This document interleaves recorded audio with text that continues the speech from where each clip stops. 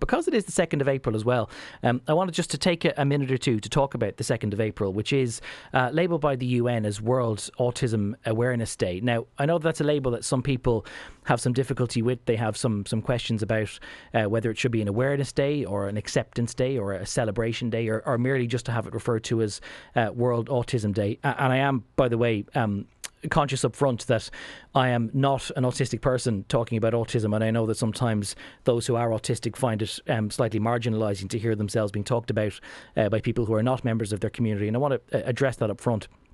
But I want to just talk for a couple of minutes about some of the things that, if you are trying to navigate a diagnosis of autism in a child in Ireland, some of the things that you might need to be aware of. I want to start by sharing with you the Maori word for autism. Maori, of course, being the indigenous language of New Zealand. Their word is takiwatanga. Roughly speaking, it's a word that means in their own time and space. Now, again, ironically, that's a word that has been given to autistic people by people who are not themselves autistic, people who are neurotypical or allistic, as others would refer to them as. So it is not a word that has been taken on by the autistic community themselves. But it is a good one, because everyone's journey and everyone's experience of being autistic is different. And it's worth just bearing in mind that autism presents differently for a lot of people. Some autistic people, for example, will always find it tough to be in louder, busy environments. You might see somebody wearing noise defenders over their ear to help them manage the stimulus of being in a loud environment. But others are sensory seekers, and they prefer to go looking for sights and sounds because that's what they find stimulating.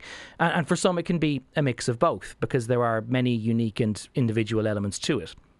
They say that when you've met an autistic person, you have met one autistic person, and that is something that's very true.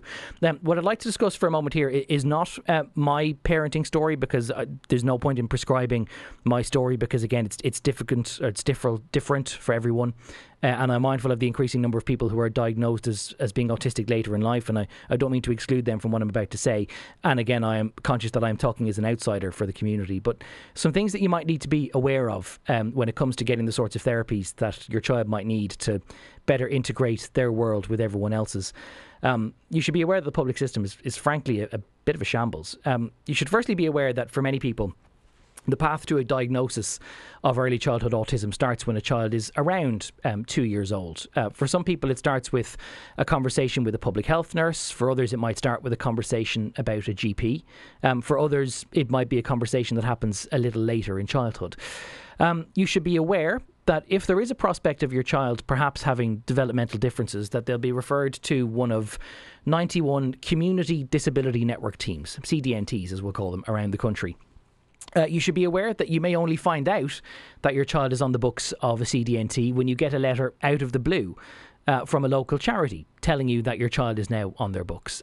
You should be aware that in some instances the delivery of the CDNTs have been contracted out to charities like the Daughters of Charity or the Central Remedial Clinic or Enable Ireland. And you should be aware that this may incorrectly make you feel like your child is a charity case. They are not a charity case, and it is worth making sure you are aware of that.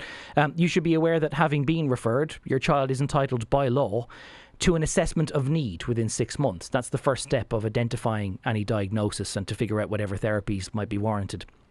You should be aware, however, that the average assessment of need waiting time as of last summer is not the 6 months as prescribed by law. It is 19 months. And that's an average, because for many people it is a much longer wait. By the way, on that juncture, when we're talking about waiting lists, you should also be aware that practitioners believe that interventions and therapies are at their best before a child turns 6 or 7, when they're still at their most receptive to some new ideas. So the earlier intervention, the better for your child. You should be aware that after you eventually get an assessment, then you ought to get a service statement within a month that outlines exactly what treatments may work best for your child.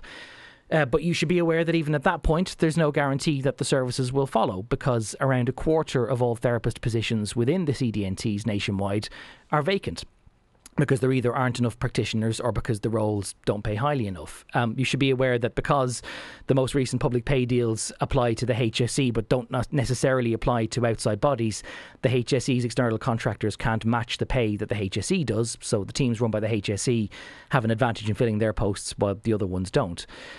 You should be aware that whenever those services might get offered, they may not be delivered in the new local primary care centre that you thought was designed for that purpose, because you may not be aware that primary care and community care are two parallel and different systems.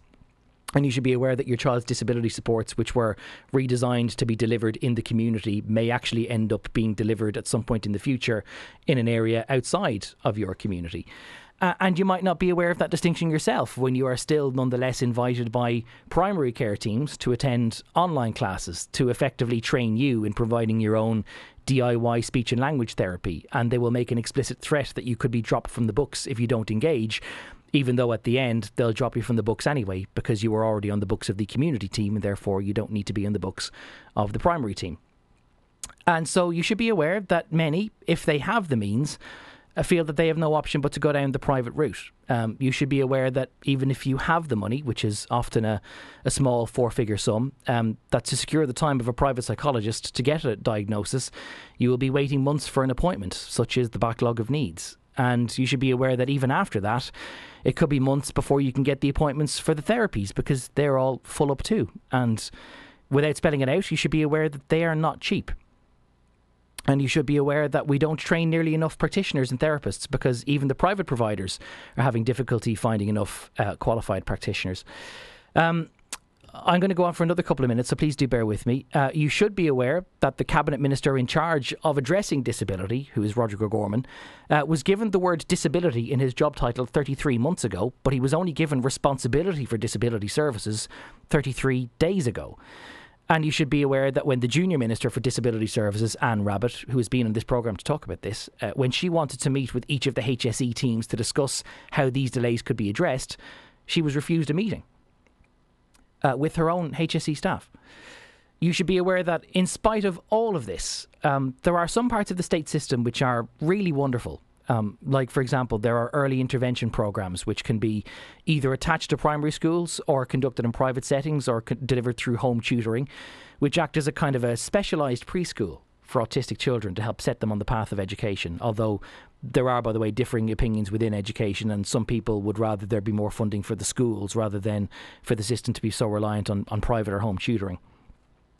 But of course, for all the good, there is a bad, and you should be aware that you already need a diagnosis of autism before you can be enrolled in an early intervention programme. And if you wait for the public system to provide you with that diagnosis, then by the time you get it, you will be too old to attend the state's own system to try and address that child's needs.